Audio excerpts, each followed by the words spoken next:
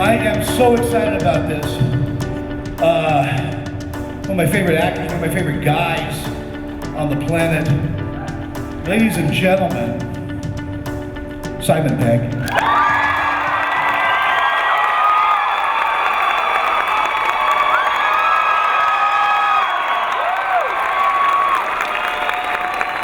Thank you very much. We were catching up backstage, weren't we? Yes, it was nice. That's right. Thank you for standing up. You didn't have to. You and I've talked a lot over the years. Hector and the Search for Happiness, this looks like it's hilarious. Yeah, it's a bit different. I mean, it's not really. It's different to what I've done before in that it's not really associated with the stuff I like, the stuff that we all like. You know, it's kind of. It's drinking. It's like an ordinary film. Yeah. Wow. Really? But it's a bit more serious than anything I've done before. It's a bit more dramatic than anything I've done before. But we've always liked to kind of mix up our comedy with drama. You know, there's a lot of drama in Shaun of the Dead, and there's a lot of drama, particularly in The World's End. There's a lot of drama. So for me, the jump. Thank you for the whoops. I love this country, but people whoop anything. It's great. I love it. Sandwiches.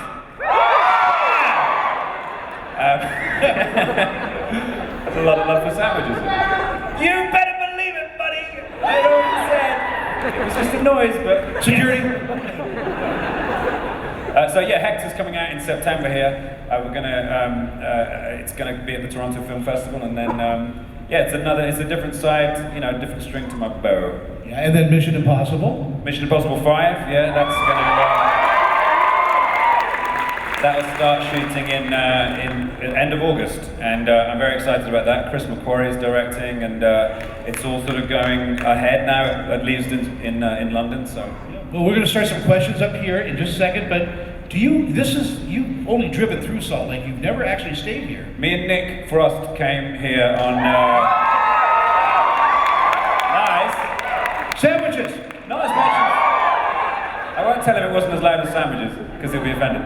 When we did our research trip for The Paul, a movie we did, we drove through, thank you, we drove through, I'm ready to pause for whoops now, it's like, pause for whoop. We drove through Salt Lake City and up over Soldier Summit and then down into Wyoming that way, but we didn't actually stop, we just sort of, we wanted to, but we were on a tight schedule, so we had to blast through. So before we start, do you have any questions for us about Salt Lake? Yeah, where's nice to eat? Thank you, I'll go there. I'm actually going to have dinner tonight. You know who's in town at the moment? Greg Nicotero of The Walking Dead and the fantastic special effects guru. He's in town making a pilot, and we're going to go grab some dinner somewhere tonight, so if you see us, come and say hello.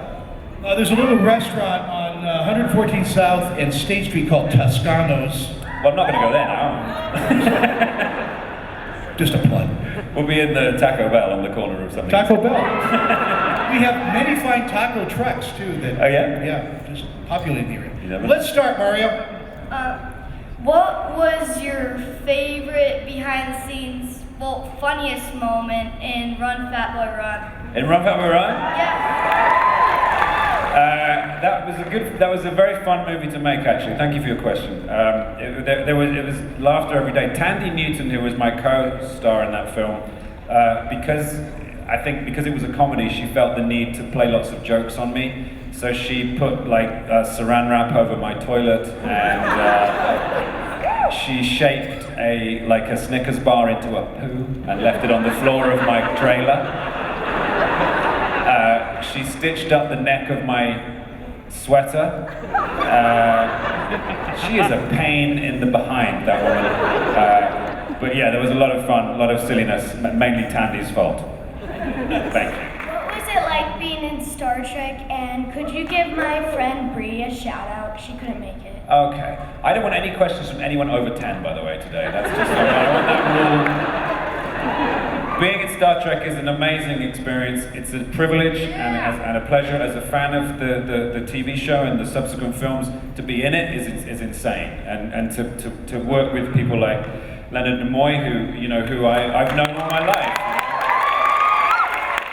It's Leonard played Spock in the original TV series, which came out years and years before you were born, nearly 50 years ago. Was it 40? 50, yeah. 48. Thank you. 48! Asshole!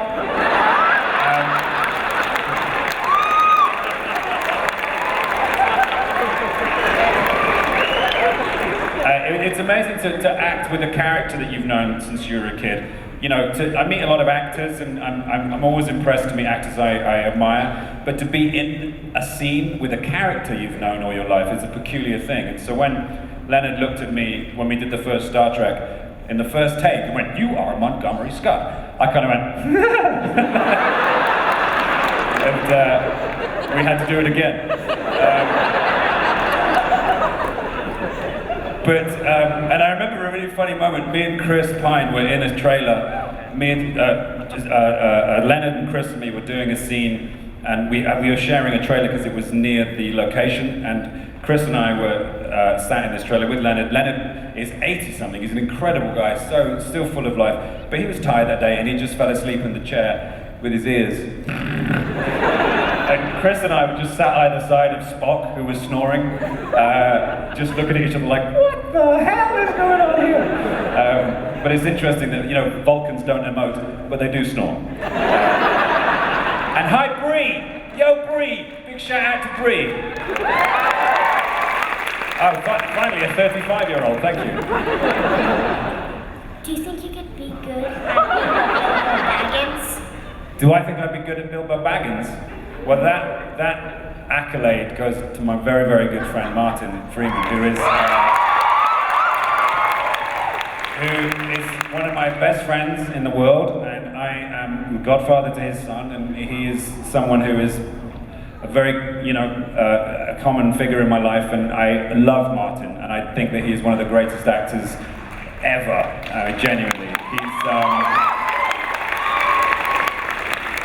He's currently doing Richard III in London. I'm going to go see that next week. So, yeah. So, I don't think I could do it as well as Martin, because Martin does it better than anybody. Thank you.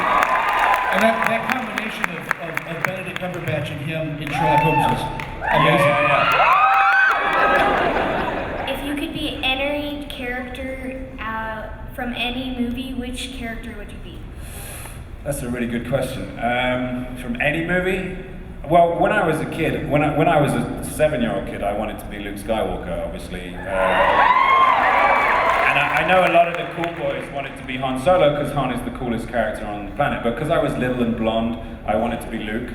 But now, I know there are so many cool ones out there. I watched a fabulous film yesterday called The Grand Budapest Hotel, which is the worst house. And Ralph Fiennes' character in that was so. It just looked like he had so much fun playing that. At the moment, I would love to play a character like that, but it'll change tomorrow. Tomorrow it'll be the guy from Lethal Weapon 2. Thank you. Hey, so I just want to say, first of all, thank you for making FantasyCon your very first convention. Oh yeah, thank you.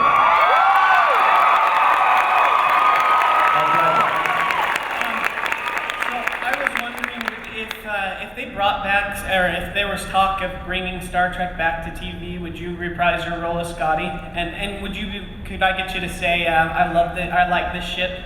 I like this ship. I think TV now is a completely different proposition to what it used to be. I think as it's got closer to cinema in terms of how we watch it, what we watch it on, the aspect ratio has changed, the budgets have changed.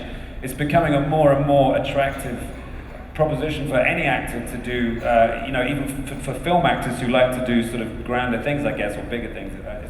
It's difficult to say without sounding like I'm being down on TV. I'm not, because TV is an extraordinary medium. But it's tempting more and more serious acting back, which is an interesting thing. So if Star Trek became a TV series, it's something I'd definitely consider. There are some amazing TV shows on at the moment. Game of Thrones. I'm really enjoying Orange is the New Black at the moment. Always keep your options open. I think the thing about TV is that what you do is you then live with a character for a long time. You get to be them for maybe 7 or 8 years, And at the moment, I'm quite happy getting to do lots of different things. But that may change, so, you know, never say never. I'm probably too old to be Scotty. I apologize to any parents and children in the audience for my language there, sorry. So, I'm under 10, just so you know. Feet. So, I was going to ask how you felt about Fable before you were in it, because I've been a huge fan of the franchise for a long time, and I was really? stoked to hear you were in it. Oh, thank you. I'm embarrassed to say I hadn't played it before until I was offered the role in 3. And a friend of mine was directing it, and she gave me the game to play, and I thought it was a very involving and interesting game. I don't play so many video games anymore because I'm a dad, and I just don't have time. I can't. Whenever I sit down to play a video game, I feel guilty. Even if she's asleep, I feel guilty. So, you know. I have a second part to my question, too. Go on. I wanted to know if you could do your impression of Daft Punk. Of who? Daft Punk. Of Daft Punk? No. I need the music. Oh, it's my friend from the signing. Hi, how Hello. are ya? So there's a picture that's all over the internet of you playing with a dinosaur with your Geek quote attached to it. Oh, yes. So at what point in your life did you feel like that applied to you most, where you felt like being a geek is so liberating? Because that's, I mean, obviously inspirational to all of us. Yeah. Otherwise we wouldn't be here.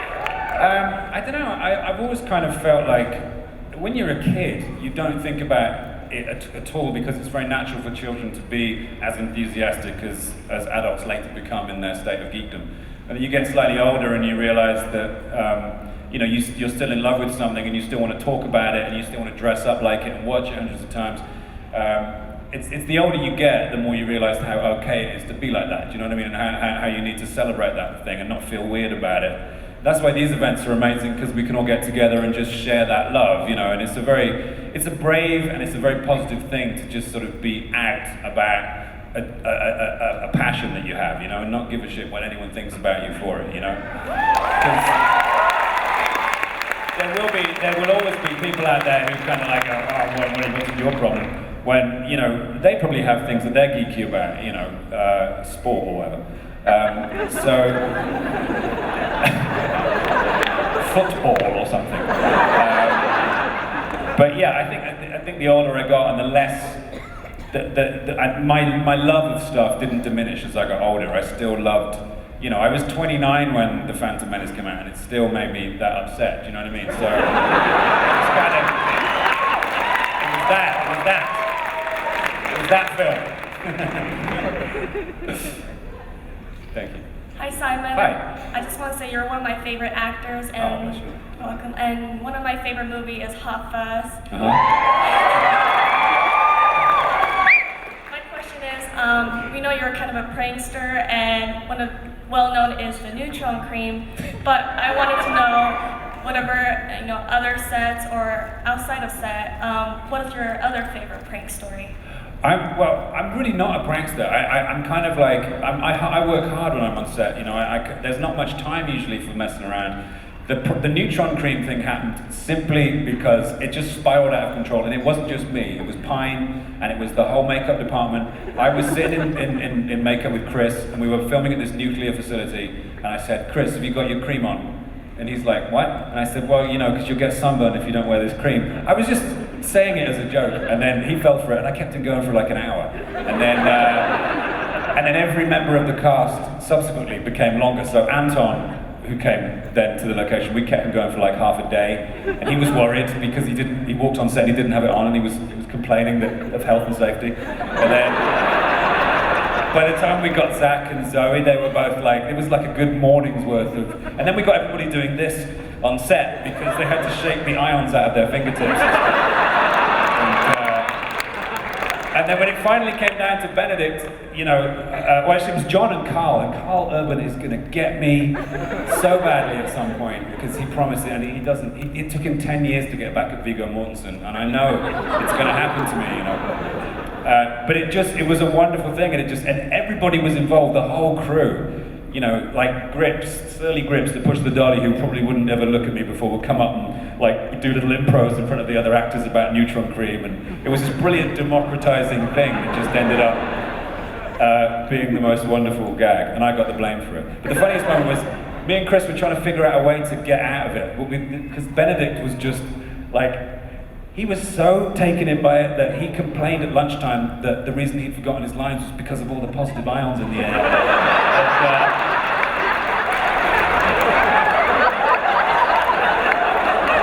He said, I've got a bit of a headache, and a lot of the radiation's just getting to me, you know. And so Chris and I said, we've got to get out of this. We've got to give him the, you know, the knowledge that it's not real. So we wrote this format for him to sign, and it was like, it started out as a consent form about how you have to be, it's like an exemption form. So it said, I, Benedict Cumberbatch, hereby accept that by participating in the filming of Star Trek Into Darkness, or Star Trek II as it was then, at the NIF facility in Oakland, California, accept that I have to wear the topical emollient Neutron Cream, and that it is fake, and I am stupid. So, Ben is all into his, he's channeling Khan and stuff, which I can say now, thank God. He's sort of like into his, and I say, Bennett, you've got to fill this form, we've all got to fill this form out. And he looked at it, and he read it, he signed it, and he gave it back to me. So, if you ever want anything from Ben, just give him a form, he'll probably sign it. It would say, I will come and be your sexual slave for the rest of my life. If you guys get that signature, he is bound by law. But that was kind of it, but hopefully there'll be more. So I really like your acting, and I think my favorite role that I've ever seen you in is in the TV show Look Around You. A sleeping guard. And I was imagining it was probably a pretty rigorous process getting that role, and I was just wondering, what you did to get that role. It was. That, yeah. I sat on a chair in some armor, and I had a nap, and then somebody woke me up and told me it was finished. But it was very enjoyable. Is there a process you do go through, though, when you are selecting a role?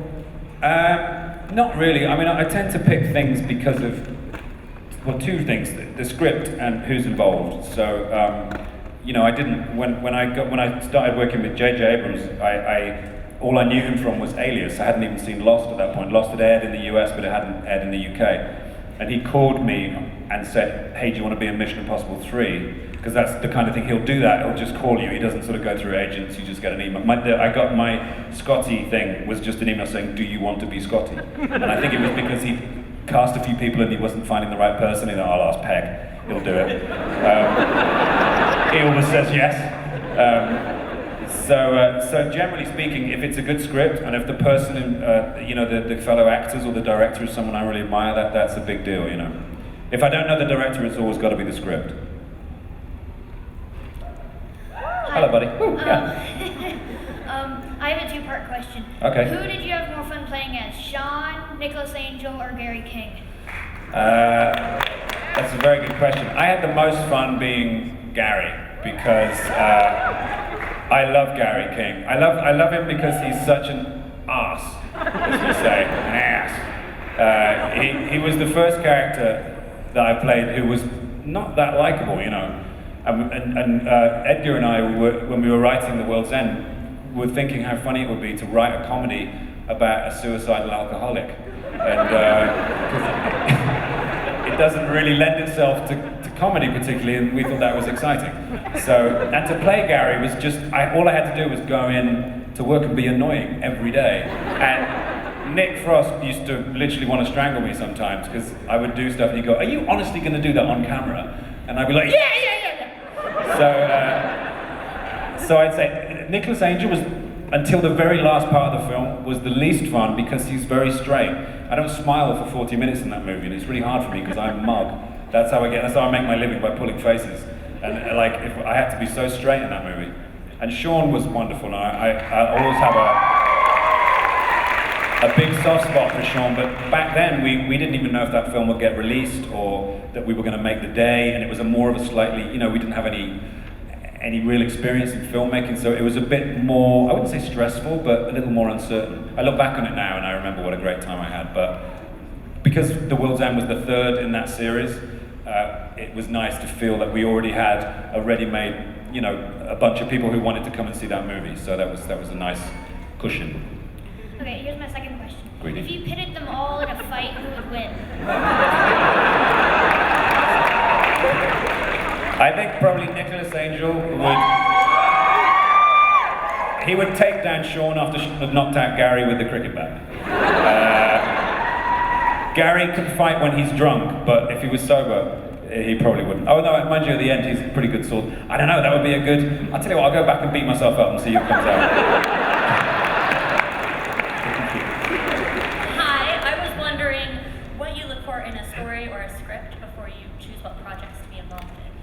Just usually good writing, you know. You can usually tell when you pick up a script within the first 10 pages if it's gonna appeal to you, or, you know, as a writer myself, I always look for that angle a little bit, and you want to see invention and you know, cleverness and innovation, and just, if something makes me laugh, I respond to it. So, or makes me feel anyway. It elicits any kind of emotional response from me. If it makes me cry, you know, equally it's a sign that it's probably a good script. So yeah, I think you have to be really careful. Sometimes if you read something and you don't feel anything, that's not a good sign.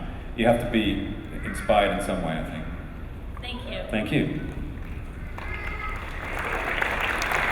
I just want to say thanks for coming. That's Love all your right. movies.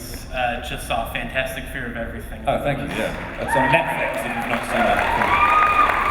And so my question involves a video I saw on YouTube actually. Just, Oh, God. Of you and Nick Frost reenacting a scene from Star Wars. Oh, yes. There's some people dressed up as that today, I saw.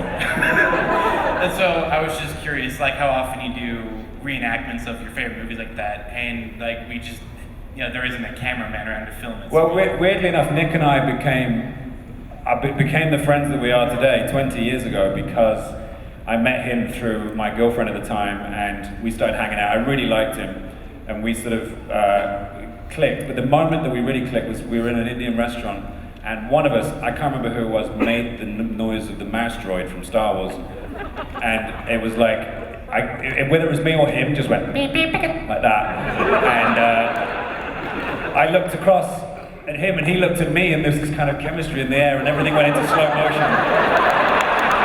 And the whole rest of the restaurant disappeared. It was just me and Nick. And Berlin's Take My Breath Away playing in the background. And I knew the way you know about good melon, that he was my boy.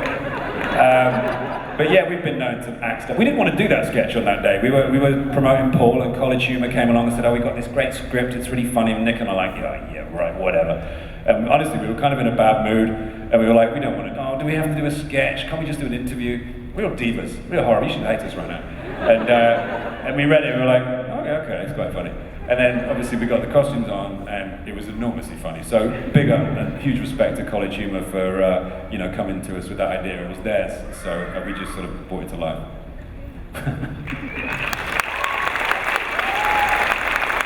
I love watching you and Nick Frost and Martin Freeman together. I was wondering if there's any other... What, together? Any form. But is there any other actor that you really feel like you've clicked with because of acting with them? Or? Yeah, I've met people, I've worked with people on jobs and found great chemistry there. You always hope that's going to happen. I really love my Star Trek friends, they're a really great bunch of people. I came to that group as the oldest cast member, and I didn't know any of these kids, they were all sort of like, I thought they might be all sort of young Hollywood and a bit weird and, sort of needy and all those myths that you understand that young actors are like, they're not true really. And they're not, they're a really sort of cool, very collaborative, lovely bunch of people, and I love every one of them, and have made great friendships with them just by being on set with them, So I'd say definitely the crew of the Enterprise, they were very well chosen, I think. Tell me about working with Kristen Wiig. Oh, Kristen, yeah, I love Kristen Wiig, who played Ruth in Paul. Man, she is the funniest human being on earth. She makes me laugh. We had so much fun on Paul. Just between takes, we had a lot of songs. Me, Nick, and her wrote a lot of songs on Paul, like show tunes. I can't tell you any of them because they're all really obscene. But she was a hoot and is an incredibly gifted actress. You know, I think she's a brilliant actress, let alone her comedic talents, which are extraordinary. But yeah, I made a great friend in Kristen as well. You know, she's awesome. Hi, Simon. Just first of all, I want to say I was at the screening of The World's End at Comic-Con last year Oh, you in were? San Diego. Yeah, I sat 4 seats away from you. With Bill Paxton was With there, Bill wasn't it? Paxton, yes. That was so cool. He's going, oh man, oh man. It was great. Yeah, so I was Star Trek then, but this tops that. So I just wanted to find out, Spaced is one of my favorite shows of all time. I mean, it just seems like you and your friends just kind of got together and decided to stick around for a while. So I wanted to find out how that idea came about, how it got made, and just kind of the process there. Yeah, that kind of basically is what it was. I met Jess Stevenson, now Hines, on a TV show in '95, and we just really clicked. There's another actress that I immediately sort of like gelled with, and then I was in a show on the Paramount Comedy Channel, which became Comedy Central in the UK, called Asylum, which Edgar Wright was directing, and we were missing an actress, so I suggested to Edgar that Jess come along. So we did this show, Asylum. I think you can see it on YouTube. It's very rare. It'll never be on DVD or anything, I don't think. But because we worked well together in that, the TV company said, do you want to make a TV show? Or can we make a vehicle for you two? And we said, yes, that would be great, but can we write it? Because we had these ideas. There were a lot of sitcoms for like 20-somethings on TV at the time that weren't really saying anything to us as people. The British ones, I loved Friends. Friends was great, but I didn't know anybody like that. I didn't know anyone that good looking, or I didn't know that there could be 6 people that good looking in the same area. It seemed ridiculous to me.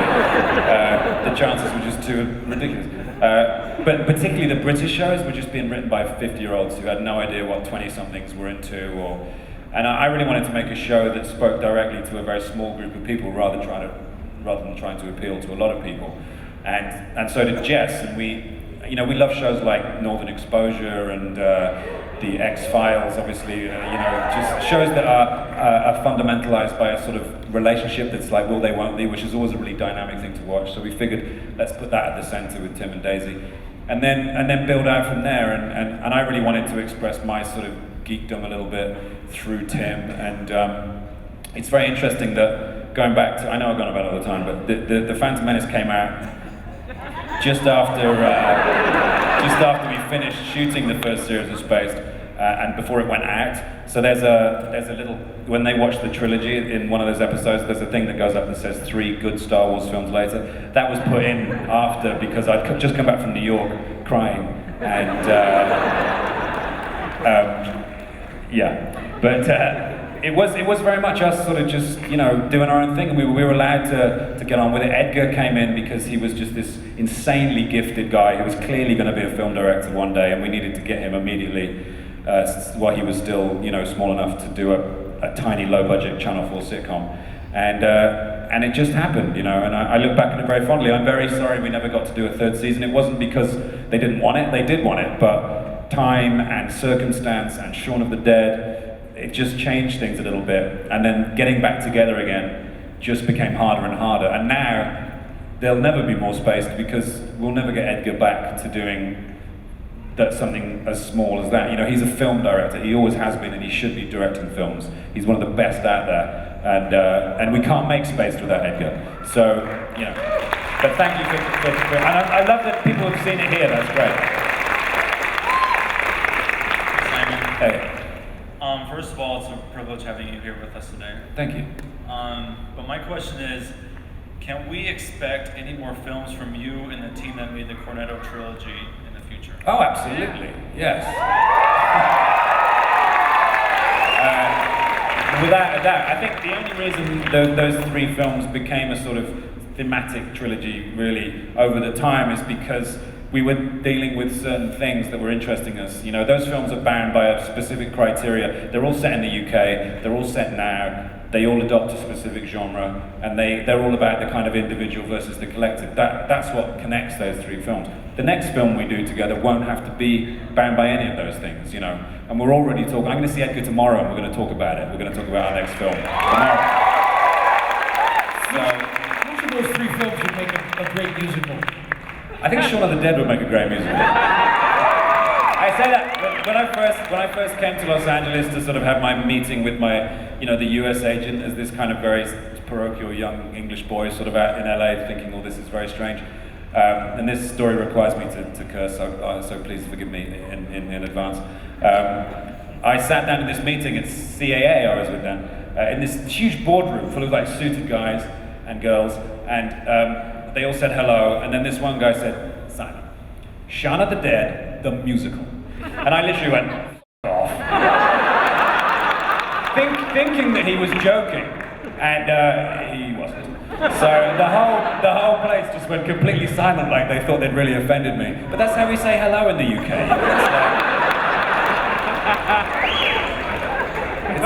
It's our way of, it always makes me laugh, like the C word here is so bad. It's so bad. And I think it's because it's slightly more misogynistic here. It's more, it has a nastier edge. In the UK, it's like, hey guys, how you going? It's something you say to your friends. I call my mum it sometimes, If we're playing Jenga and she like gets a cheeky one out, I'm like, oh mum, you.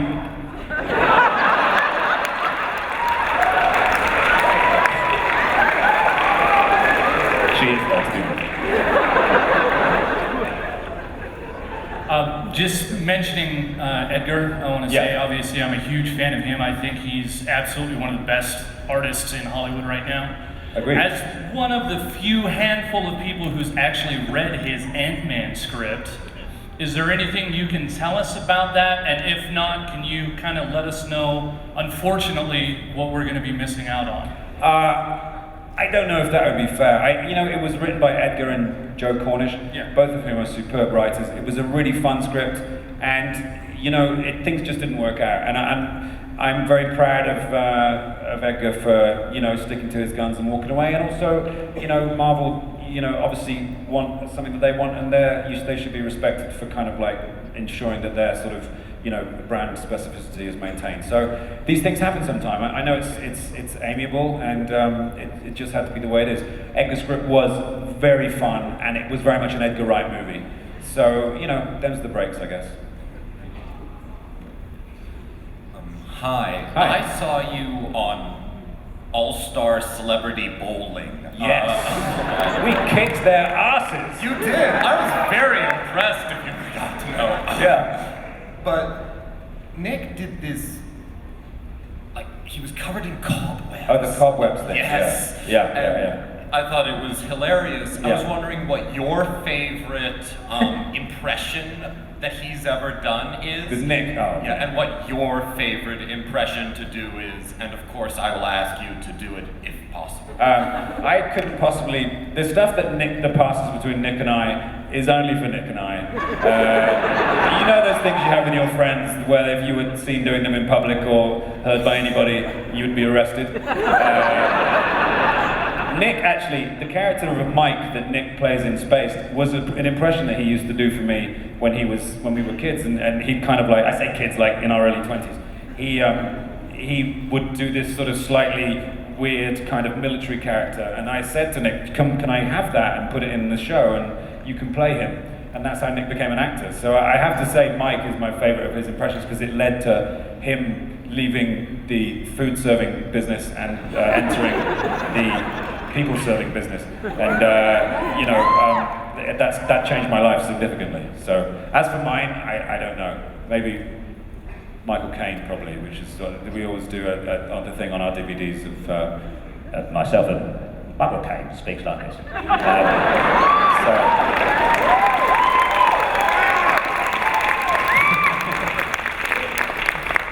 So I just love Hot Fuzz, one of my favorite movies of all time. Thank you. And that moment when you ride into town on the horse, just covered in guns and stuff, it just looked like that whole scene would have been a blast to make. So my question for you is, what was the most fun scene to shoot for you in that movie, or just in all of the movies that you've made?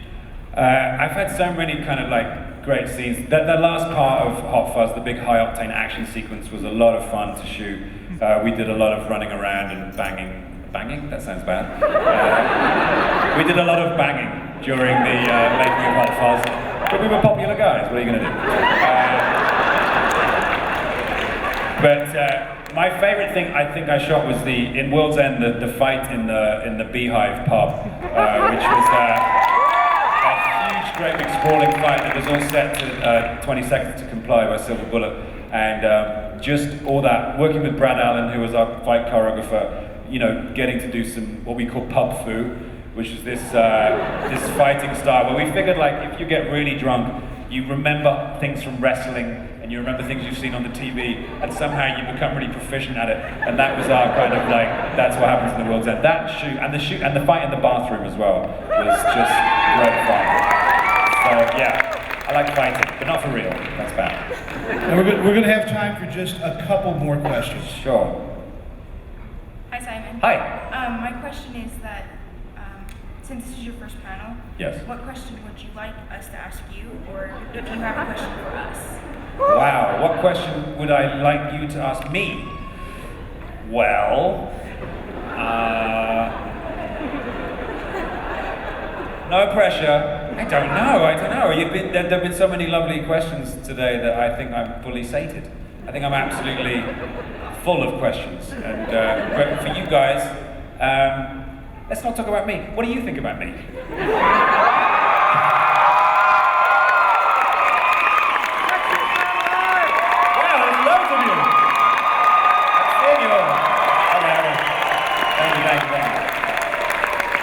Did you tweet a picture of that t-shirt earlier on? Did I see that on Twitter? Yes, I did. I knew. I do see some people sometimes. Good. I'm not a complete...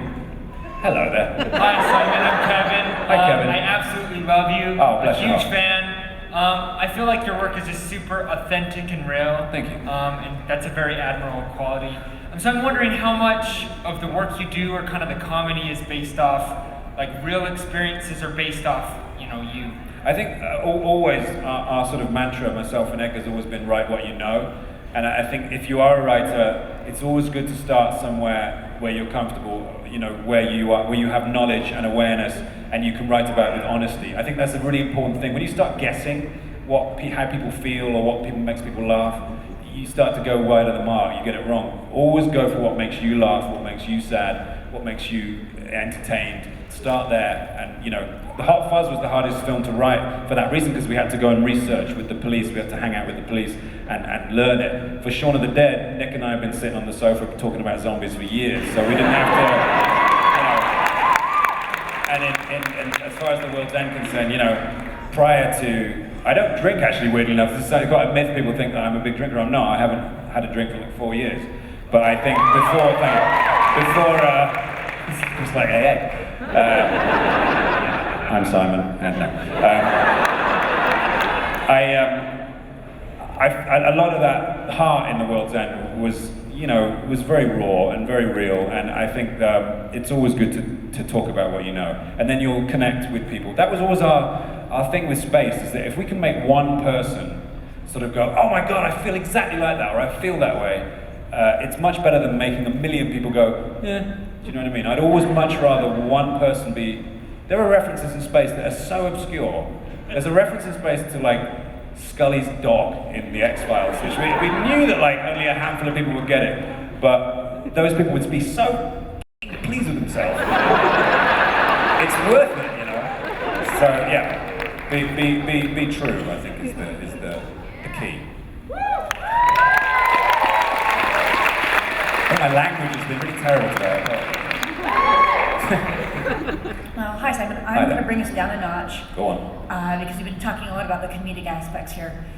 But Gary King is he's a wonderful character, because not only can he be comedic, but he has this background that a lot of people really do struggle with. Yeah. And his creation is really important to me, because we lost someone May of this year. And I wanted to know what part of Gary and what part of his creation made the World's End what it is. Well, as I said earlier, you know, I think and I wasn't being flippant, but we thought it would be a challenging thing to make a comedy about someone who was essentially very sick. You know, Gary is an addict, and he's deeply, deeply unhappy. You know, all his bravado, all his kind of Flair is all about fooling himself and fooling his friends into thinking that he's okay, and he's not okay. You know, he's dying, and I think it was a real key issue in the film to keep that intact and have. I know addicts. I have friends who are addicts, and I've seen people suffer because of addiction, and it's a terrible, terrible disease. It's often overlooked. Often people look down on it because they think, oh, it's your fault but it's not. You know, it's an illness, and I think that it's something that it's either addressed in very sort of like, you know, serious drama. It's rarely addressed in a populist form. And we figured doing it as a comedy and smuggling it in, as we often do, you know, with stuff. I mean, you know, Shaun of the Dead is a comedy, but he still has to shoot his mom. You know, there are still very, you know, I mean, albeit metaphorical. Growing up, he still has to go through that trauma. And with Gary, even more so, it was something that was important to us to kind of make his suffering very, very real. And underneath all the comedy, there'd be this terrible secret, and you don't find out what that is until the end. And I think when you watch the film again, because we always want people to watch our films more than once, it's important. We build them to be watched several times. There are things that you won't spot the first time, because you won't be able to spot them unless you know exactly what happens. When you go back and watch it again, and you see, and you know all this time Gary's wrists are bandaged for this whole film, it changes how you look at him. And it also hopefully makes you realize that sometimes if there's someone in your life who's a pain in the ass, maybe there's a reason for it. Do you know what I mean? So that was just creating a real character really was important to us. I'm sorry for your loss. I do know this, that there are 3,000 people in this room that would go on a pub crawl with you. Yeah, we'd have to drink sparkling water. That's my tipple. Let's go. Simon, we really love you. Thank you. And my daughters and I, we love Sherlock. Since you know Benedict, since you know Martin, is there any chance that you'll do a guest starring role? A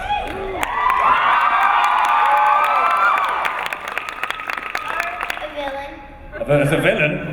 Well, I would love to do that. That would be something I'd be very honored to do. You know, I love that show, and I love both those guys. They're great to work with. You know, and it's such a popular show, such an auspicious gig to do. Of course, if I was asked, I would do it in a heartbeat, of course. But, you know, as a fan, it's still, I remember when I watched Star Trek the first time, the first film, and Scotty doesn't come into it for like 70 minutes, and I was enjoying it so much, and then when I came on, I was like, oh. It kind of popped me out of it, you know. I was like, so sometimes it's not good to be in the things that you love, but of course I love being in Star Trek. But I'm very lucky in that I get to be in these things which I'm a fan of, you know. That never is lost on me how lucky I am to sometimes participate in these things. So you never know. Simon Pegg, everybody. Now we're going to do what we did yesterday. Simon, we want you standing right there looking this way. Yeah. Our official photographer is going to get everybody to gather around the stage. Let's do a big selfie. Let's do a selfie. Ready? I'm going to count down. Get in. And in 3, 2, 1. And I'm going to do one with them too. Come on, Simon. My friend. Thanks, guys.